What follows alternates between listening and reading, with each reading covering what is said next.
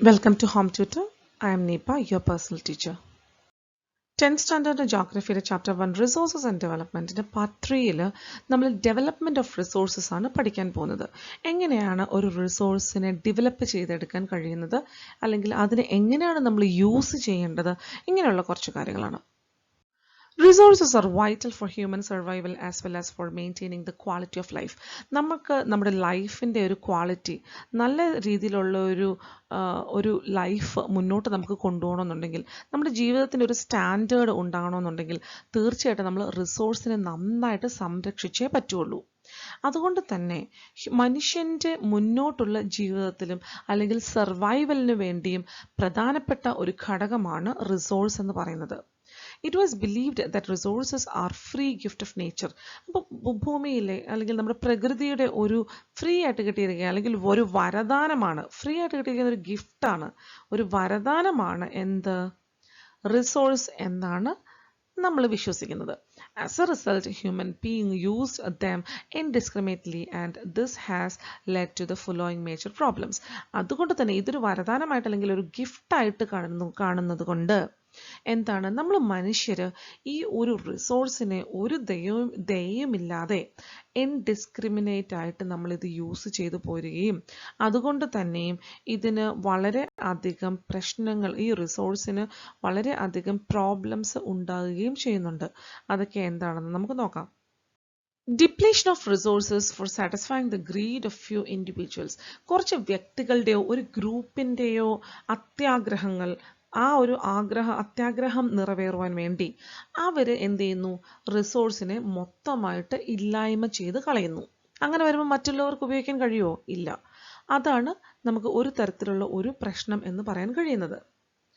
Accumulation of resources in few hands, which in turn divided the society into two segments, that is have and have nots, or rich and poor. അതുപോലെ തന്നെ ഈ resource എന്ന് പറയുന്നത് കുറച്ച് വ്യക്തികളുടെ കൈകളിൽ മാത്രമായി വന്നു ചേരുന്നുണ്ട്. ചിലപ്പോൾ തലമുറയായിട്ട് കൈമാറി വന്നതായിരിക്കാം, അല്ലെങ്കിൽ ആ ഒരു വ്യക്തി പേഴ്സണലി ഉണ്ടാക്കിയെടുത്തതായിരിക്കാം. എങ്ങനെയാണെങ്കിലും ഈ ഒരു റിസോഴ്സ് ഒരു വ്യക്തിയുടെ കയ്യിലേക്ക് മാത്രം, ഇപ്പോൾ ഉദാഹരണത്തിന് നമുക്ക് വേണമെങ്കിൽ പറയാം, പെട്രോളിയം ഖനനം ചെയ്യുന്നത് ഒരു വ്യക്തിയുടെ കയ്യിൽ മാത്രമായിരിക്കാം. അത് അദ്ദേഹത്തിന് തലമുറ കൈമാറി കിട്ടിയതായിരിക്കാം. അപ്പോൾ അങ്ങനെ ഒരു റിസോഴ്സ് മൊത്തമായിട്ടും ഒരു വ്യക്തിയുടെ കയ്യിലേക്ക് വന്നു ചേരുമ്പോൾ എന്താണ് അവിടെ ഉണ്ടാകുന്നത്, നമ്മുടെ സൊസൈറ്റിനെ രണ്ടായിട്ട് തരംതിരിക്കപ്പെടുകയാണ്. ഒന്ന് ഉള്ളവരും ഒന്ന് ഇല്ലാത്തവരും, അല്ലെങ്കിൽ അവരെ നമുക്ക് എന്ത് വിളിക്കാം, പാവപ്പെട്ടവരും പണക്കാരും എന്ന്. സോ ആ രീതിയിൽ ഈ ഒരു വീണ്ടും ഡിവിഷൻ നടക്കുന്നുണ്ട്. അല്ലെങ്കിൽ റിസോഴ്സ് നമുക്ക് വേണമെങ്കിൽ സ്ഥലം പറയാമല്ലേ. ഇപ്പോൾ ചില ആൾക്കാരുടെ കയ്യിൽ ആയിരക്കണക്കിന് എന്താ പറയുക ഏക്കർ സ്ഥലം ഉള്ള വ്യക്തികളുണ്ട്. ചില വ്യക്തികൾക്ക് ഒരു സെൻറ്റ് ഭൂമി പോലും ഇല്ലാതെ വാടക വീട്ടിൽ താമസിക്കുന്ന വ്യക്തികളും ഉണ്ട്. ഇവയൊക്കെ നമുക്ക് അക്യുമുലേഷൻ ഓഫ് റിസോഴ്സസ് എന്ന് വേണമെങ്കിൽ പറയാം. ഇനി അടുത്തത്, indiscriminate exploitation of resources had led to global ecological crisis such as global warming, ozone layer depletion, environmental pollution and land degradation.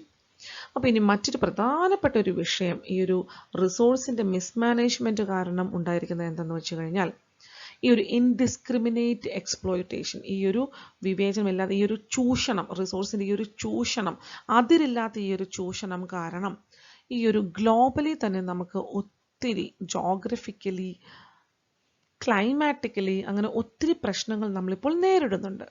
അതിലൊന്നാണ് ഗ്ലോബൽ വാർമിംഗ്. ഗ്ലോബൽ വാർമിങ്ങിൻ്റെ അകത്തൊരു മെയിൻ പ്രശ്നം എന്താണ്, ചൂട് വളരെയധികം ഇപ്പോൾ കൂടുന്നുണ്ടല്ലേ. ഹിമാലയാസ് പോലും ഉരുകിക്കൊണ്ടിരിക്കുകയാണ്. മൗണ്ട് എവറസ്റ്റിൻ്റെ ഒക്കെ ഹൈറ്റൊക്കെ കുറയാൻ വേണ്ടി ഉള്ള കാരണം പോലും ഈ ഒരു ഗ്ലോബൽ വാർമിംഗ് ആണ്. അപ്പോൾ ഈ മഞ്ഞ് ഉരുകി വെള്ളമായി മാറുകയാണ്. അതുകൊണ്ട് തന്നെ കടൽ ഓരോ വർഷം കൂടുമ്പോഴും ഇത്ര സെൻറ്റിമീറ്റർ കൂടി കരയിലേക്ക് കയറിക്കൊണ്ടിരിക്കുകയാണ്, കര കുറഞ്ഞുകൊണ്ടിരിക്കുകയാണ്. കൂടാതെ വളരെ അധികം ചൂട്, ഈ ഒരു ക്ലൈമറ്റിൽ ചൂട് ഇങ്ങനെ നിലനിൽക്കുകയാണ്. ഗ്ലോബൽ വാർമിങ്ങിൽ കാർബൺ ഡയോക്സൈഡ് കൂടുന്നുണ്ട്, അങ്ങനെ ഒത്തിരി ഇഷ്യൂസ് വരുന്നുണ്ട്. ഇനി ഓസോൺ ലെയർ ഡിപ്ലീഷൻ, നമ്മുടെ ഭൂമിയെ, നമ്മുടെ ഈ ഒരു എൻവയറൺമെൻറ്റ്, ഈ ഒരു എർത്തിൻ്റെ ഈ ഒരു ഭൂമിയെ പ്രൊട്ടക്റ്റ് ചെയ്ത് നിർത്തിയിരിക്കുന്ന ഒരു ബ്ലാങ്കറ്റാണ് ഈ ഒരു ഓസോൺ ലെയർ എന്ന് പറയുന്നത്. അതിൻ്റെ തിക്നെസ് കുറഞ്ഞുകൊണ്ടിരിക്കുകയാണ്. ചില ഏരിയയിൽ ഹോൾസ് വീഴുന്നുണ്ട്. സോ ഇവയൊക്കെയും കാരണം എന്താണ്, ഈ പറയുന്ന പോലെയുള്ള മിസ്മാനേജ്മെൻ്റ് ആണ് റിസോഴ്സസിൻ്റെ. മരം വെട്ടിക്കളയുക, പിന്നെ ഓസോൺ ലെയർ മെയിനായിട്ട് എന്തിനാണ് ഹെൽപ്പ് ചെയ്യുന്നത്, സൂര്യനിൽ നിന്നും ഉള്ള അൾട്രാ വയലറ്റ് റേഡിയേഷൻസും മറ്റ് ഹാംഫുൾ ആയിട്ടുള്ള റേസും നമ്മുടെ എർത്തിന് സർഫസിൽ എത്തിച്ചേരാതിരിക്കാൻ വേണ്ടി സംരക്ഷിക്കുന്ന ഒരു ലെയറാണ് ഓസോൺ ലെയർ. അത് നമ്മളിപ്പോൾ ഈ പറയുന്ന പോലെ mismanagement carbon dioxide carbon monoxide ഇതിൻ്റെ ഒക്കെയും ഓവർ ഈ ഒരു അറ്റ്മോസ്ഫിയറിലെ പ്രസൻസ് കാരണം ഓസോൺ ഡിപ്ലീഷനും ഹോളും ഒക്കെ ഉണ്ടാവുന്നുണ്ട്. ഇനി എൻവയറമെന്റൽ പൊല്യൂഷൻ. ഈ ഒരു എൻവയറമെന്റിൽ നമ്മൾ പല രീതിയിൽ പൊല്യൂട്ട് ചെയ്യുന്നുണ്ട്. Water pollution, air pollution, traffic pollution, അങ്ങനെ കുറേ രീതിയിലുള്ള പൊല്യൂഷൻസ് നമ്മുടെ ഇടയിൽ ഇപ്പോൾ ഉണ്ട്. അപ്പോൾ ഇവയൊക്കെയും ഗാർബേജ് വേസ്റ്റസ് ഇട്ടിട്ട് നമ്മൾ പൊല്യൂട്ട് ചെയ്യുന്നുണ്ട് നമ്മുടെ ഈ ഒരു ഏരിയ. അപ്പോൾ അങ്ങനെയുള്ള പൊല്യൂഷൻസ് എല്ലാം എന്താണ് ചെയ്യുന്നത്? റിസോഴ്സസിനെ വീണ്ടും എക്സ്പ്ലോർട്ട് ചെയ്യുന്ന വഴി ഉണ്ടായിരിക്കുന്നതാണ്. ലാൻഡ് ഡീഗ്രഡേഷൻ, നല്ല ഏരിയ, നല്ല സ്ഥലങ്ങളൊക്കെയും ഡിസേർട്ട്സ് ആയിട്ട് മാറുന്ന ഒരു സിറ്റുവേഷൻ വരെയാണ് നമ്മളിപ്പോൾ കണ്ടുകൊണ്ടിരിക്കുന്നത്. അതൊക്കെയും എന്താണ്? ഈ ഒരു മിസ്മാനേജ്മെൻ്റ് ആണ്. ബിൽഡിങ്സ് പണിയുക, അല്ലെങ്കിൽ ഫാക്ടറീസ് പണിയുക, എന്നിട്ട് അതിൻ്റെ അകത്തിലെ വേസ്റ്റ് ഡംപ് ചെയ്യുന്ന വെള്ളത്തിലേക്കും, അല്ലെങ്കിൽ ആ ഒരു ലാൻഡ് ഏരിയയിൽ മൊത്തം വിഷം, അതിൻ്റെ മണ്ണിൻ്റെ ഒരു വാല്യൂ കുറയ്ക്കുക, അങ്ങനെയുള്ള കുറേ കാര്യങ്ങൾ കൊണ്ട് ഡെസേർട്ടായി മാറുന്ന, അല്ലെങ്കിൽ ബാരൻ ലാൻഡ്സ് ആയിട്ട് മാറുന്ന ഒരു സിറ്റുവേഷൻ വരെ ഉണ്ടാകുന്നുണ്ട്. ഇവയൊക്കെയും എന്താണ്? റിസോഴ്സസിന്റെ മിസ്മാനേജ്മെന്റ് അല്ലെങ്കിൽ ഇൻഡിസ്ക്രിമിനേറ്റ് എക്സ്പ്ലോയിറ്റേഷൻ വഴിയാണ്. An equitable distribution of resources has become essential for a sustained quality of life and global peace. Equitable distribution of resources എന്ന് പറഞ്ഞാൽ എന്താണ്? ചില റിസോഴ്സസ് നമ്മൾ എന്താ ചെയ്യുക? നമ്മുടെ മിസ്മാനേജ്മെന്റ് കാരണം നമ്മൾ നശിപ്പിച്ചു കളയാറുണ്ട്. അല്ലെന്നുണ്ടെങ്കിൽ ചില റിസോഴ്സസ് ഇപ്പോൾ നമ്മൾ ഈ ഒരു സൊസൈറ്റിക്ക് ആവശ്യമുള്ളതായിരിക്കാം എന്ന് പറഞ്ഞ് അതിനെ ഓവറായിട്ട് യൂസ് ചെയ്തും അത് തീർത്ത് കളയാറുണ്ട്. സോ അങ്ങനെ തീർത്ത് കളയാതെ നമ്മുടെ ഭാവിയിലേക്ക് അത് സൂക്ഷിച്ചു വെക്കുകയും മുന്നോട്ടുള്ള ജനറേഷൻസിന് ഈ പറയുന്ന റിസോഴ്സസ് യൂസ് ചെയ്യാനുള്ള ഒരു ഓപ്പർച്യൂണിറ്റി അവർക്കും കൊടുക്കുകയും ഒക്കെ ചെയ്യണം. അതുകൊണ്ട് എങ്ങനത്തെ രീതിയിലാണ് നമ്മൾ റിസോഴ്സ് ചെയ്യേണ്ടത്? ഇക്വിറ്റബിൾ ഡിസ്ട്രിബ്യൂഷൻ ഉണ്ടാവണം റിസോഴ്സിന്. എല്ലാം കറക്റ്റ് പരിമിതമായിട്ട് യൂസ് ചെയ്ത് എല്ലാം വളരെ സേഫായിട്ട് വെച്ച് ഫ്യൂച്ചറിലേക്ക് സസ്റ്റൈനബിൾ ആയിട്ട് യൂസ് ചെയ്യാൻ കഴിയണം. സുസ്ഥിരമായിട്ട്, അതായത് ഈ ഒരു ജനറേഷൻ എത്ര കാലമുണ്ടോ ആ ജനറേഷൻ തീരുന്നോടം വരെയും ഈ റിസോഴ്സസ് ഒക്കെ ഇവിടെ മാക്സിമം ഉള്ള രീതിയിൽ തന്നെ വേണം ഇപ്പോൾ നമ്മൾ റിസോഴ്സസ് യൂട്ടിലൈസ് ചെയ്യാൻ. എങ്കിൽ മാത്രമേ ഇനി മുന്നോട്ട് ഗ്ലോബൽ പീസ് ഉണ്ടാവുള്ളൂ, സസ്റ്റെയിൻഡ് ക്വാളിറ്റി ഓഫ് ലൈഫും ഉണ്ടാവുകയുള്ളൂ.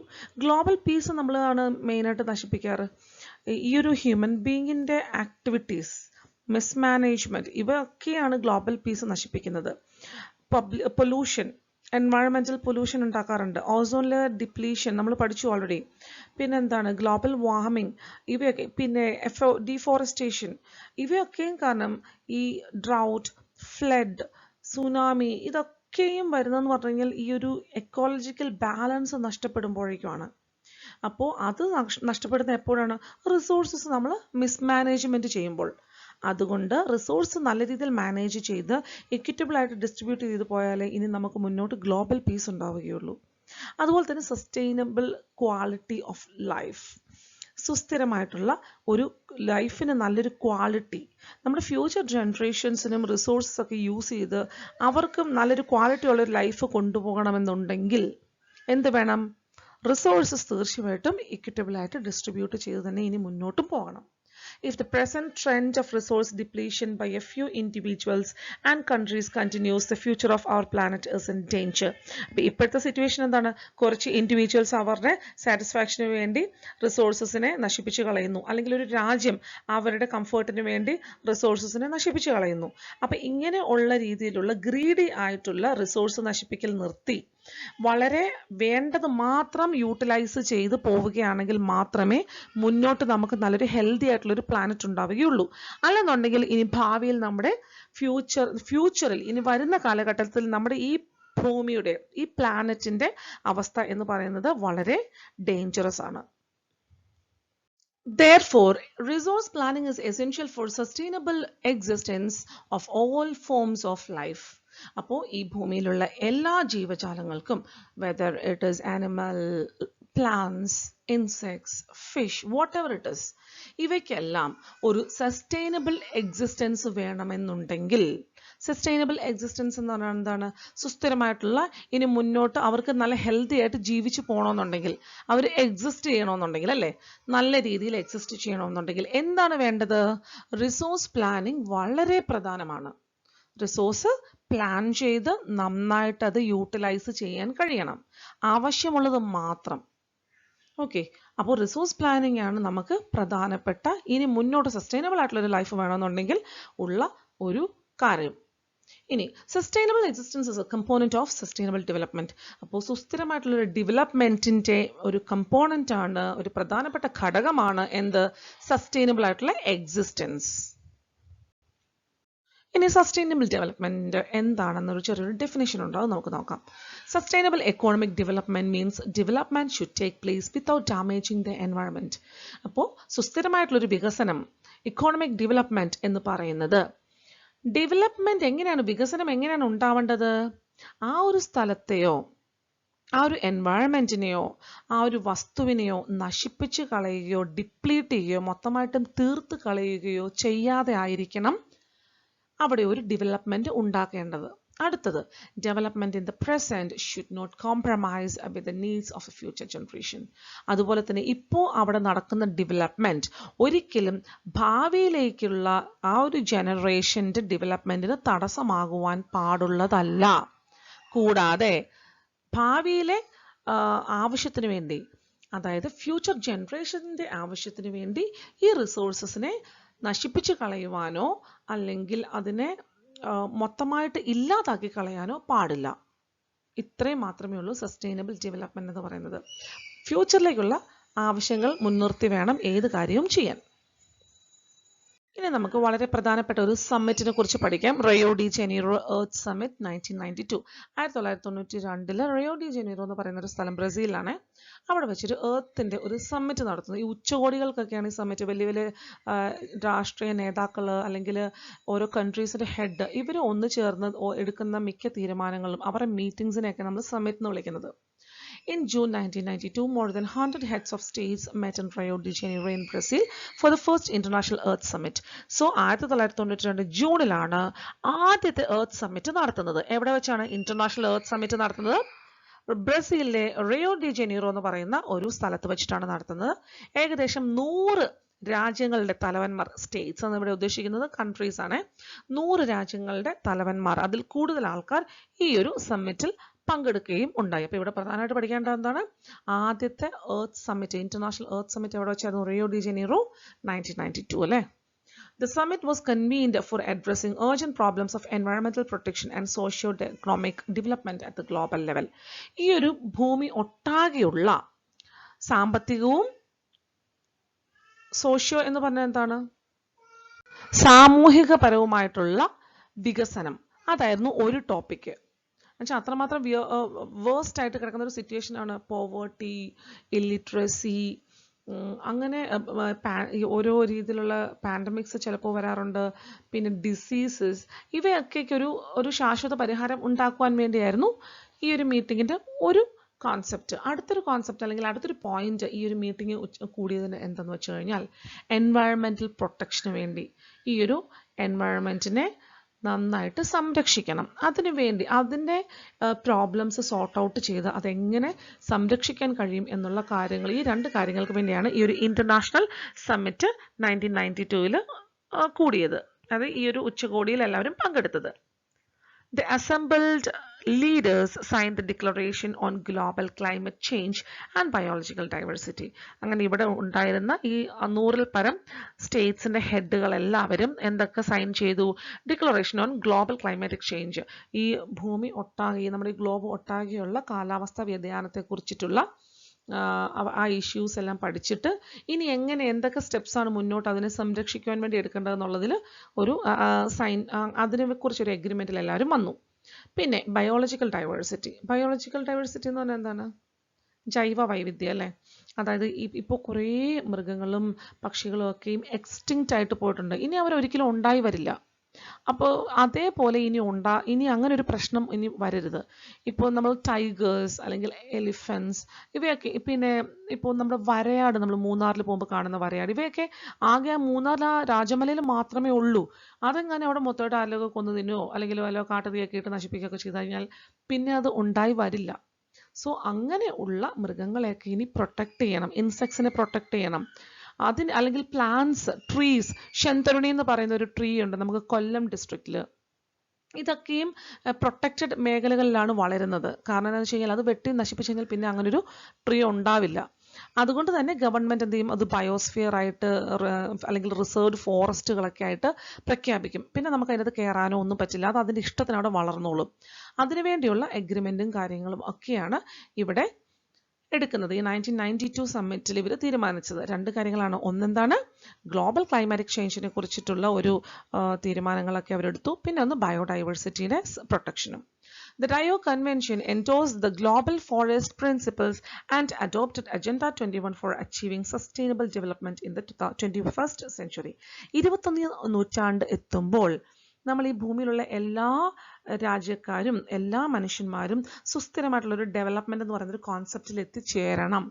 അതിനുവേണ്ടി അജണ്ട 21 എന്ന് പറയുന്നൊരു കോൺസെപ്റ്റ് അവർ ഉണ്ടാക്കിയെടുക്കുകയും അത് എല്ലാവരും അംഗീകരിക്കുകയും ചെയ്തു.